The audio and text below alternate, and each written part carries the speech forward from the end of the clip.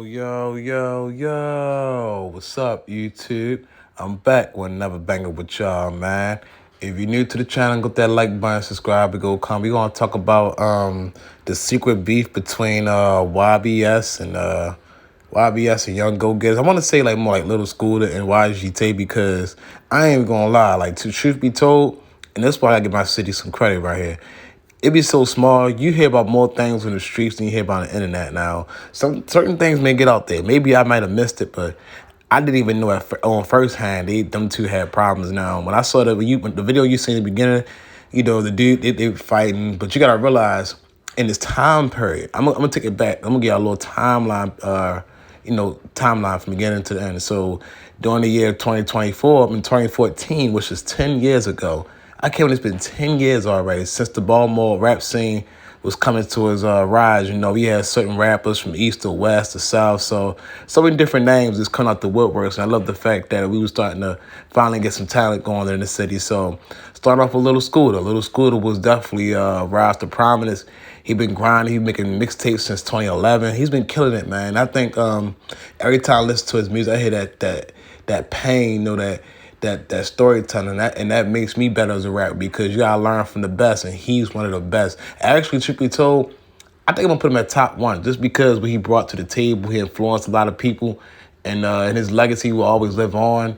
And it's crazy. He only had a good 4 year run in the city. Just imagine if he was still alive today, his impact would be crazy.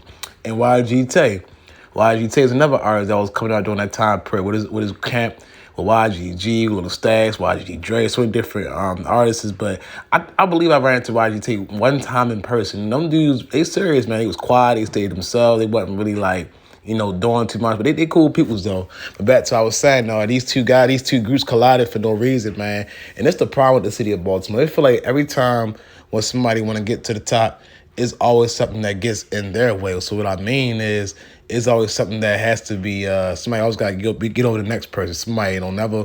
We gotta, like, the city should have came together in that time period. Just imagine nobody would ever beefed or never imagine to put their pride to the side. It would be a whole different situation. So it's crazy. So I know we're doing a little time pass, they got into a fight at the car or whatsoever outside the club. And when they saw it, it was on site. Now, I ain't see no fist thrown. It was just a bunch of grabbing each other up. So I think that beat was just a misunderstanding. Now, like I said, to live in the city of Baltimore, you got to realize when it comes to rappers or anything going on in the city, people were really like, I want to say, like, people really don't want to see the next man. It's just like the arrogance for getting out heads, and we think that we on top of the world. And that's what I seen YGT also too. You young and you make mistakes, and I think that that's a mistake that definitely held the city back as a whole. Like I said, we had so many different artists that was coming up in the city, and I love the fact that they definitely had brought the new wave, the new different sound. And you got to realize the city of Chicago kind of influenced the rap. It was like, shoot, they out there making videos and rapping. We want to do the same thing too. And I love the fact that we took that lane and ran with it ourselves. Became a whole different situation. So and then later the year in 2016, but right before Little Scooter passed away, both camps came to a realization the beef is stupid. It's not going to get nowhere. And one thing I respect about these two guys, they all about getting this money. And I respect that, they both from the streets. So let's not take that away from them. They both from the streets. They name hold weight. So these guys definitely have a heavy reputation when it comes to themselves individually. But they squashed the beef and everything. Everything, definitely turned out the way it's supposed to be. You want to set an example for the younger generations. And I know at the end of the video, I'm going to play, at the end of the song that you're going to see with YBS, SCOOTA, and YGT, that was very mature of the two camps to come together like that. It could have really been a bad situation. And now not to mention that YGT also had a lot of stuff going with himself.